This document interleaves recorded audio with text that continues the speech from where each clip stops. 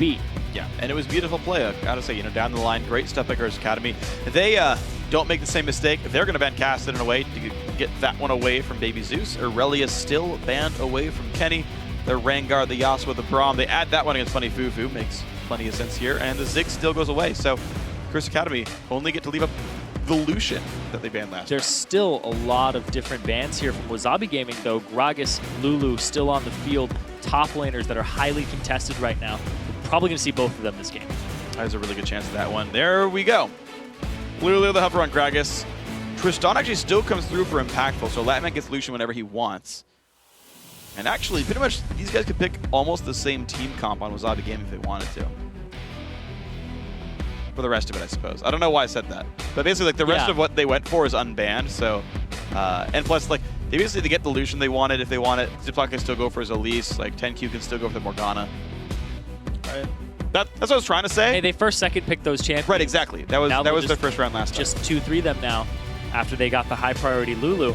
Makes sense, and then wait for some counter picks. You'll at least see what the support is. Or if they support and jungle on their next picks, then you're just like, okay, we really just wanted these high priority champions taken away from you. It's really what Wasabi's doing.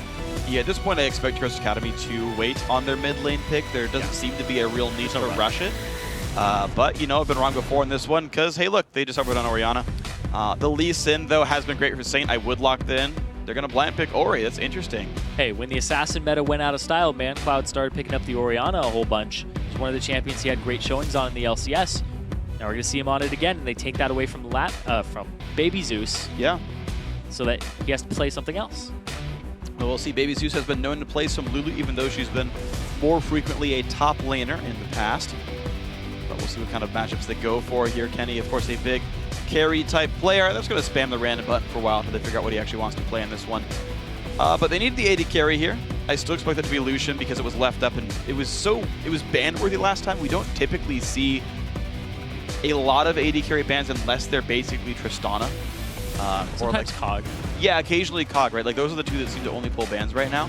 And they were so afraid of it, they banned it in game one. Latman's going to get it this time around. Wazabi Gaming are going to go for the top lane Moondem. Yep, and it's going to be the mid lane Lulu here, which isn't that surprising because Orianna, Kassadin, Ziggs, Yasuo have been taken off the field by bans or picks, and that really just leaves Baby Zeus with champions way further down in his pool. His top 4 champions have all been taken out right now, and all the other ones have been nerfed, like Nidalee, or taken out, and you can't really play it. Karthus isn't that great, and he usually plays it into Yasuo. Yep. They hovered over the Fizz for a bit, but then they're like, nah, we're not going to play Fizz into Orianna. We're going to go ahead and try to just swap it up. Yeah. There's a lot of early game pressure here from Wazabi in the mid lane. Their jungle, their AD carry. Top lane, a little bit of a scaling Mundo there.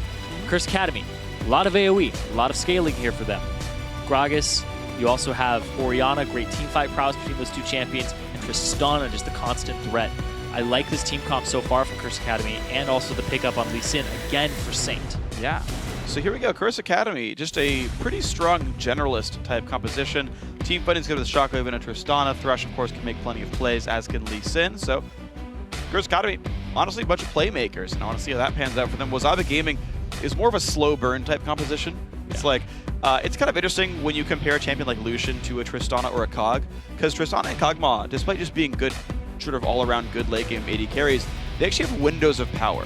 Like, Rapid Fire lasts for 7 seconds with a 20-second cooldown, so it's up a third of the time.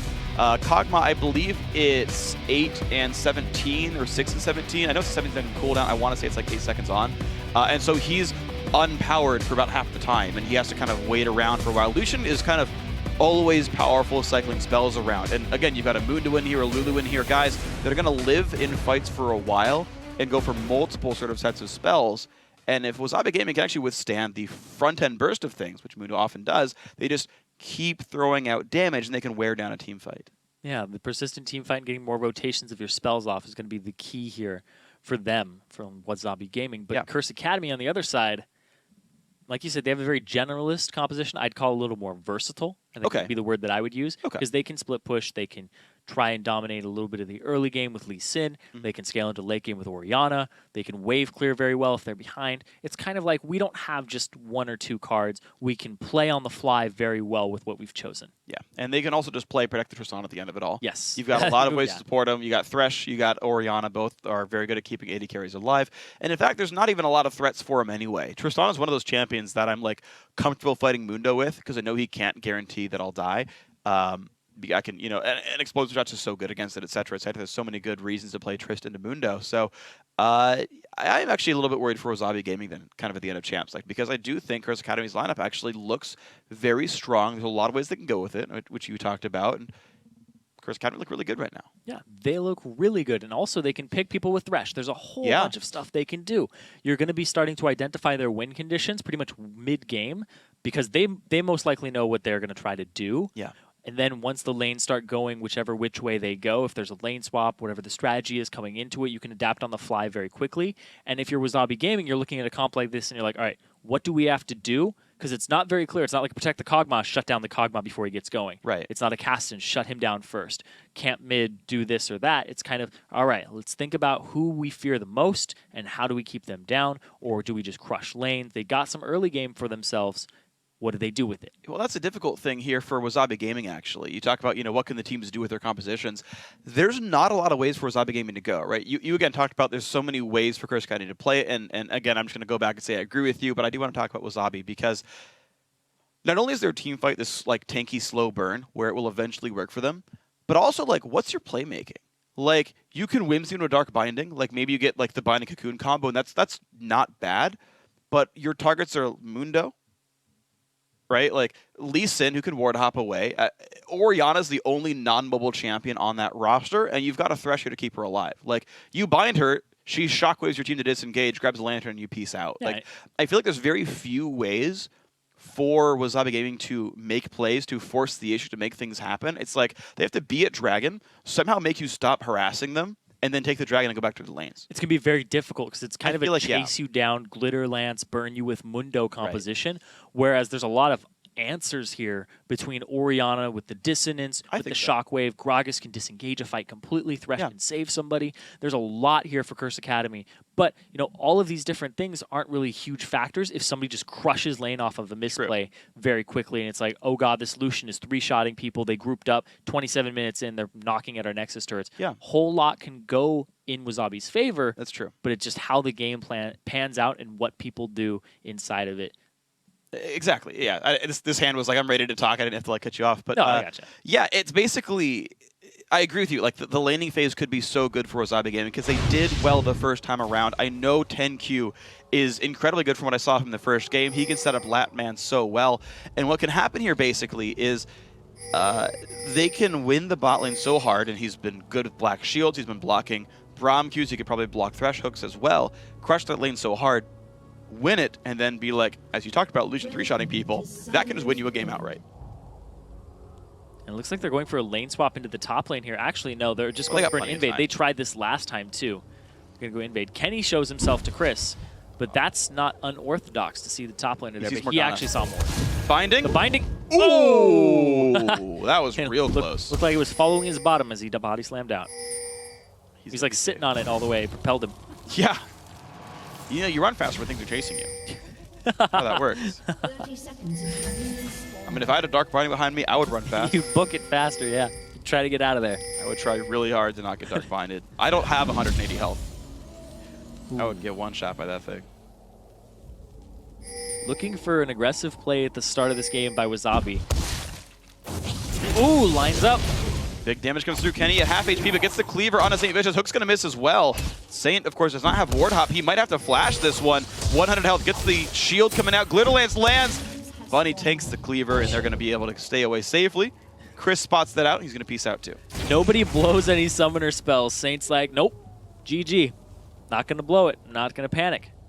Great presence of mind there to know the damage output. And he also got the shield from ManCloud, which actually doesn't put ManCloud too far behind in lane, because that's what you do as a level 1 Orianna most of the time when you're harassing. Yeah, a lot of the matchups are fine to go shields first and just go for the auto attack trade. Yeah. So it's not like going E first on Elise, being like, I can't do this or camp. Lucian.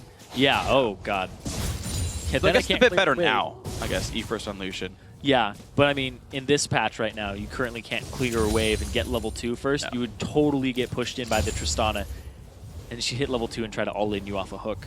In fact, this is a whole team of champions who don't want to start E at level 1 Yeah. for Wazabi Gaming. Yep. Curse Academy can do it on all of them. All of them are happy to start with E. Yeah. There you go. Information granted. A lot of them actually want to start with E. Yep. But we're going to look at the players get more levels before they really fight. So now ManCloud has Q as well. I feel like he would never go Dissonance Protect, but hey. Doesn't matter in this case. He didn't get it. I don't want to move the ball around. I just want to walk on things. Want to walk on things. Melee Orianna, new strat. Don't run Q. Please don't do that. Unless you're against me, then don't. Ah, Freak told me to do it. Oh my gosh, Going please. into solo Q. Also, Jungle Freak did Lulu. it. Well, level 3 comes out for Captain Ziploc. Got his blue buff, so his mana is going to come back in. Baby Zeus puts the ward on the top side, which does actually correctly track where St. Vicious is right now. Ziploc looking for a gank up top. He's going to avoid this river ward. Alright. Get her his way into this lane. Well, the thing is, Chris hasn't been playing very aggressively, so I feel like all Ziploc can do is predict counter ganks here, and then be like, oh, no, nothing happened here. I don't think there's an easy way to get in and get a kill there. It's pretty crazy, though, because it's a Gragas. Gragas typically will be right up in your face at the start of the game. But it's been Kenny who's been pushing. And to be honest, I think this is fine because Gragas can last hit under turret very well. He's got like all of his cooldowns can be used to last hit no ward. easily. Okay, well, there's the flash play. Gets on the 2 of them. Ignite out of Latman. Who's going to get the black shield? Hook ready. They're trying to run away, and no, they catch 10Q right off the bat. He's got almost nowhere to go. Flash and heal are burned there. They're still putting damage on Impactful, losing a lot of health for this one. They're still chasing 10Q. Play well quite late, but the bind onto St. Vicious. But he's going to ward hop, not even ward hop, just hop to a thrash and get away for this one. No one is around, turning around, but Latman still wants his battle. Wow, forces the flash with the aggression. Bunny going to play Latman back. He still has his flash. He's going to fight this 1 versus 3. Latman, he could have flashed out of that. But he's going to... God. Latman versus the world. That was impressive, though. Latman did not show fear that entire time. He got a couple flashes, too. And now, see Ziploc wrapping around. Well, he knows there's no one in the jungle anymore. Saint's got too little health to do anything, so if someone stays... He could dive this. Yes, he can. And then repel up. They're going to see him, though. There's not enough minions to make this dive happen, I don't think. He's going to get spotted right now on that ward. Yeah, that ward's a really good ward. Really well placed. Ziploc standing on top of it. They see it coming. Saint's booking it down there. They're trying to keep the wave off for as long as possible. Yeah, Trish is pushing as fast. Oh, here's Morg, though. They can do this. Here they go. Cocoon. Damage because he's got to repel like right. Ooh, perfect repel. TenQ pulls aggro though in towards Impactful. It's okay if he dies. It's going to be the kill. The rocket jump. He can kill Ziploc. He goes in. Oh my gosh, that was close. Ziploc with a mid-air auto attack. That was like 10 HP. Literally Wow. 10. That was ridiculous. Oh, so I got that game right back in for Wazabi. they got the 2 kills onto Ziploc at the start of the game on the bottom lane, not putting the same attention middle. We're going to take another look at that. Cocoon, right as the hook comes out, he's able to repel. Oh, he actually got killed before the hook landed, so he didn't even throw it out. This was huge. He gets a shot in the back, and bam. Wow. The rocket jump landed, just couldn't get the auto attack down quite. So, Wazabi Gaming looking a bit better now. 400 gold up. I'm Kenny Yu up 7 CS in his lane, so that's the same as before. The mid laners treading water, 42-42, the exact same as last time. And right here, Latman up 15 CS over the Tristana.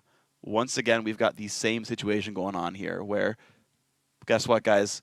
Bottom lane's winning a little bit, top lane's winning a little bit, mid lane's holding equal. What next? Latman got Lucian, though, a very high priority champion for him that was banned away last time, and you can see right there, he's about twice the CS of the Tristana coming into this. They both have pickaxes, though, so he doesn't have any type of actual tangible advantage in his inventory. He's just got gold sitting in his inventory waiting. He's got some levels. Look at that. Yeah. They're very close. They're actually only 60. Right. Well, that's the thing, right? The Tristana got killed, right? Got an assist on there as well. So she has the first blood gold, and that's why you see that kind of situation. The real big advantage is simply the fact that Elise, right here, there's a score line, up 400 gold over the opposition. Right. Oh, there it is. Yeah, right, my hand disappears underneath it. But she's actually got an item lead here, right? She's the one who's got finished sight stone, or not finished sight, sorry, finished spirit stone, amplifying tome, boots of speed as well. Saint's got like a long sword and like a machete, and like maybe boots and stuff as well. But like you have an actual, it's actually just that, right? Like that is a significant item lead across the junglers here, which you can pay forward. It's a difficult thing. It's a gold lead that you have to try really hard to manipulate. If you're like fighting in the bottom lane and you're like up a BF sword, like great, if we trade, you die, right? And you can push your weight around and that's easy. If you're Elise and Lee Sin and they're just clearing the jungle over and over again, you don't really get any advantage from your item lead. So it's going to be, I think, still up to Captain Ziploc to make good plays. Yeah, as a jungler, I like to think of it like this, where when you get the gold on a laner, it's constantly present gold in combat stats in a matchup. When you're in the jungle, it's very temporary combat stats that run into a lane, and it's like, did I tilt the lane? All right, let's come back. So it's like a kind of burst of power that shows itself every now and then. Granted, it can move itself around the map, but it's not always in a matchup, constantly fighting against somebody else's gold. Yeah, and so it's up to Captain Ziploc to, show up to the lanes in time, show up at the right positions, and make it happen. Yeah, and the thing is, there's only so many lanes with kill pressure, because Mundo doesn't have the best kill pressure on Gragas. At this point, Gragas has his ultimate. Right about now, by 6 minutes, you typically have it. So good luck making that dive happen without more items coming through yet, right? You've got tanks coming in there. Mid lane, Lulu versus Orianna. Again, really low kill pressure there. Hard to make that happen. Even if you land the cocoon, I don't know if you really even kill Mancloud in that case. So it's like only the bot lane can you really force this issue. And then you can. Cocoon binding, you just kind of chase through. Maybe you have enough there. But that's like the only one you can very obviously tilt. Yeah, not a lot of gank assistance and kill pressure in these lanes. So it's very hard to get a grasp on them. That bottom lane, though, we almost saw that gank completely turned around by Latman, who's like, all right, I'll actually get 3 people low, and then they took complete advantage of that, and Ziploc being right in time for that. And Saint Vicious identifying how important this bottom lane is, and he's already on the way down here. Health bars are full for Wazabi. I should say 3 of the 4 summoners up for the Wazabi Gaming bottom lane. Impactful has all of his, and there's the push on in. Ooh, dashed away from the Q hook. Actually misses 10Q right here. Nothing gained. Ziploc just clearing his jungle, saying they can all just fend for themselves, even in the bottom lane, but there's a little bit of a bigger wave in Curse Academy's favor. So Latman has actually more CS to pick up for himself if he can last hit on the turret. Should be pretty doable. Looks like he's going to stay safe on this one. And so here's the real test then. I feel like waiting for late game is not the easy play here for Wazabi. Just because I feel like it's going to be hard to get to that stage of the game, because Curse Academy has so much playmaking potential there. Ooh, wow. Kenny actually forced the ulti out of Chris, but he juked backwards just in time to dodge that one. And so here's the battle. Yeah, he's actually a level up right here. That's actually one of the advantages that doesn't show with the gold lead. But Latman was part of so many kills and so many more minion deaths that he has a level lead on Trist. And you can see him forcing Impactful back. And really, that's actually pretty relevant right now. Yeah, pushing those extra stats that you got from the level and the extra ability and damage is really big in a lane. Especially when your support's both backed up to one-on-one. Fancy moves, goes back and forth. Okay, 600 gold lead is what happened basically after those kills went through. That's the actual number I want to track then to see who's playing better from that point on. 7.5 minutes in. Still, the harass coming through. 10Q getting the gold off of his Frostfang, whatever.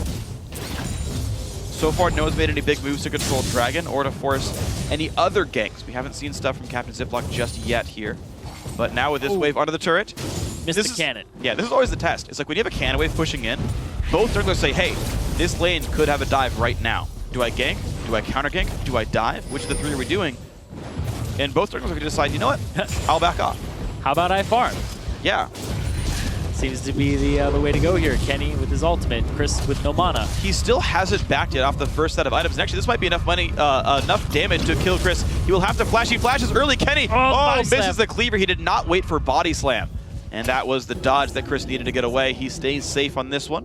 Ziploc actually doesn't finish killing the pink ward. He wants to stop his back. He had just enough mana for the body slam. He's getting collapsed on right now. Here they go. Oh, the setup. Kenny, he pulled aggro first. He goes down. He didn't need to. Captain Ziploc actually just going to get away for this one. They trade kills. But now he's on the wrong side of the map. Saint not going to chase him just yet. Ooh, we saw him go back over. It's that Sightstone paying off. Ziploc actually can beat him in a one-on-one. He's got pretty much lands the Q. The same combat. That's the problem. He's dead. He's gone. Yep. So that's the problem with going Spirit Stone, though. Yeah. Is there's no combat stat. Like, they literally have the same value of stats here. Actually, Saint has more because he has the health from the Ruby Crystal for the Sight Stone. Latman just stays with the turret, kills that one off. Bunny Fufu puts the Lantern in for Bunny Fufu. The ulti comes in for 10Q, though. And and backs him off. It will complete for Chris. Jumping in, doesn't land the slow. Explosive Cask is up. He knocks him back. Beautiful shot right here. He's got flash. Q-Slow, good flash, gets away. 10Q dodges the hook as well. Perfectly played by Morg, and that is a turret here for Wazabi. They might actually go for the dragon now. We'll have to see. Saint just got out of the base and he's trying to run up. And yeah, the fact that he landed the Q and didn't hit one of the Spiderlings with it was actually really huge in that. It's a big part of Elise versus Lee Sin is, do you hit the Spiderling with a Q? If you do, you're usually going to lose. Yeah. Your life becomes pain if that kind of happens. IKNU wants to teleport in to stop the dragon, and it is enough to force them back. Ziploc gets the stun on a Chris. Here comes Baby Zeus. Lantern comes out, getting him a little bit more to safety, and they will stay alive. Blue buff is up, and Curse Academy turn their attention there. That means Dragon could go to Wazabi. That's going to be a big gold burst for them, because they also just got themselves a turret.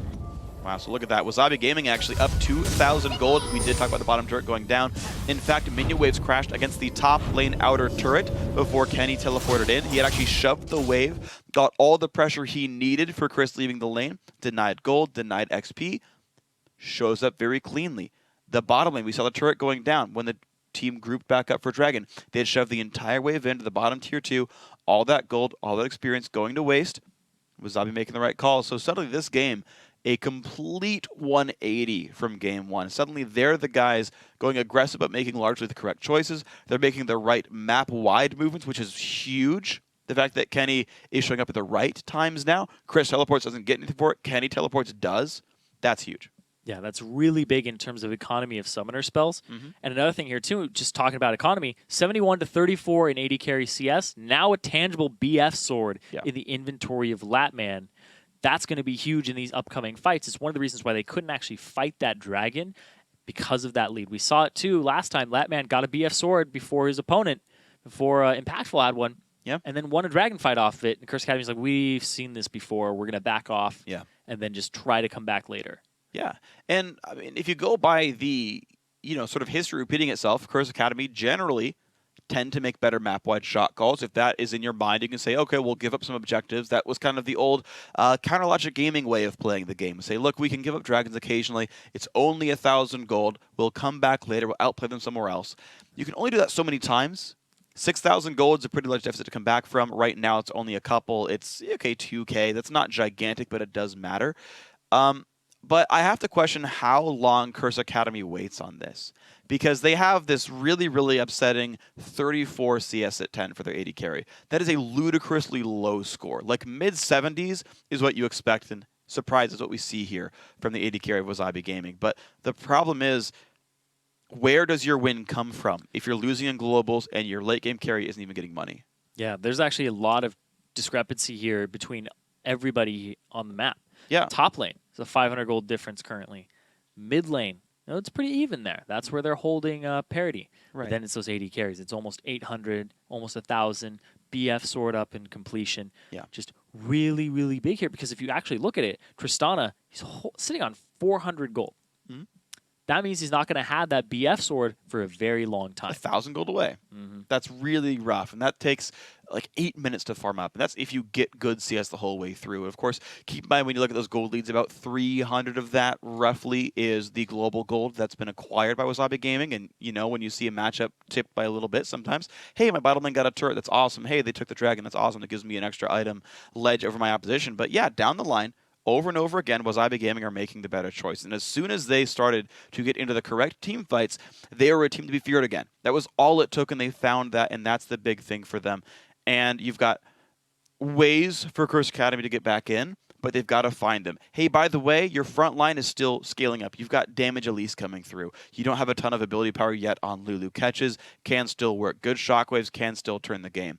25 minutes down the line, Tristana might come online, but that one isn't in the playbook right now. It's very much about, look, we need some good plays by Lee Sin before they get too big.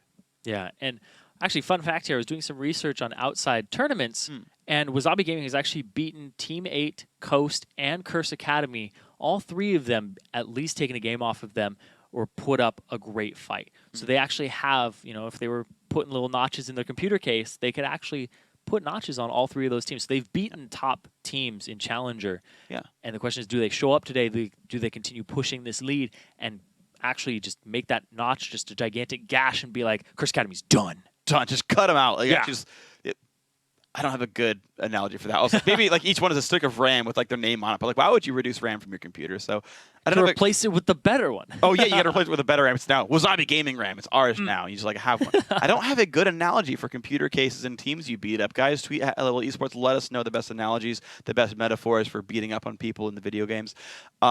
So of course we are on a pause right here. We're gonna get ourselves back in as soon as we can. Of course. You're still on Battle, aren't you? No, I was thinking about JD Wu.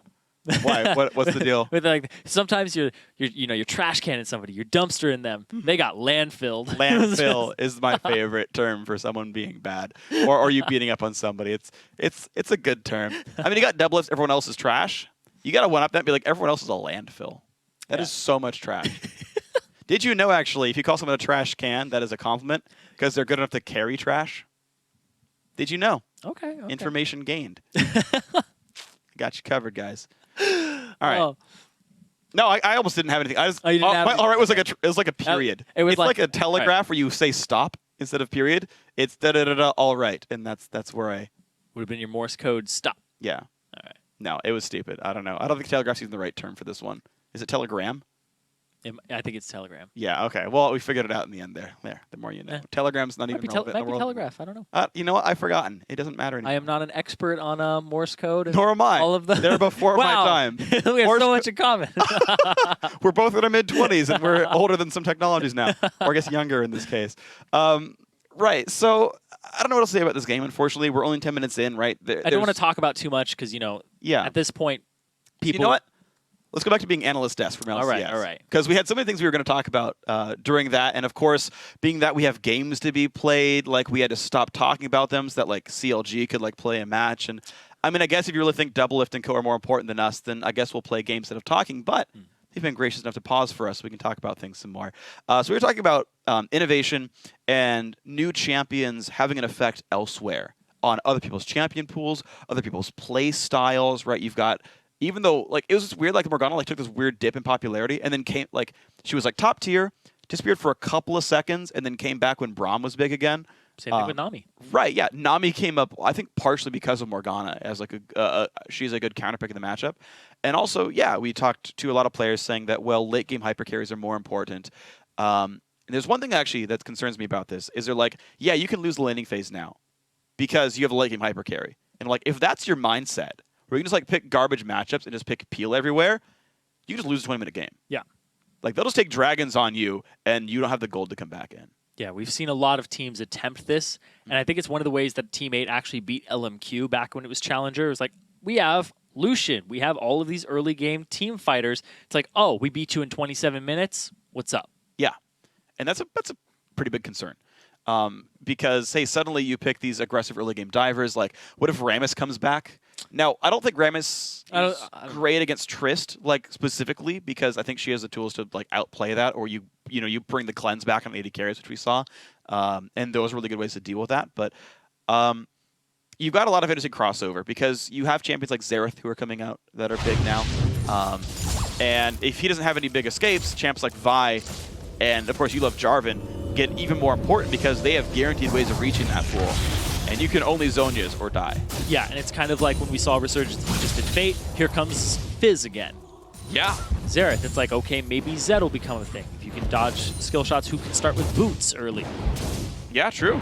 Like today we saw Voyboy playing the Tristana into a Xerath matchup and starting boots 3 potions. So he could dodge everything. And he didn't even die that game. Yep. So, impressive stuff for the man. We are back in, though.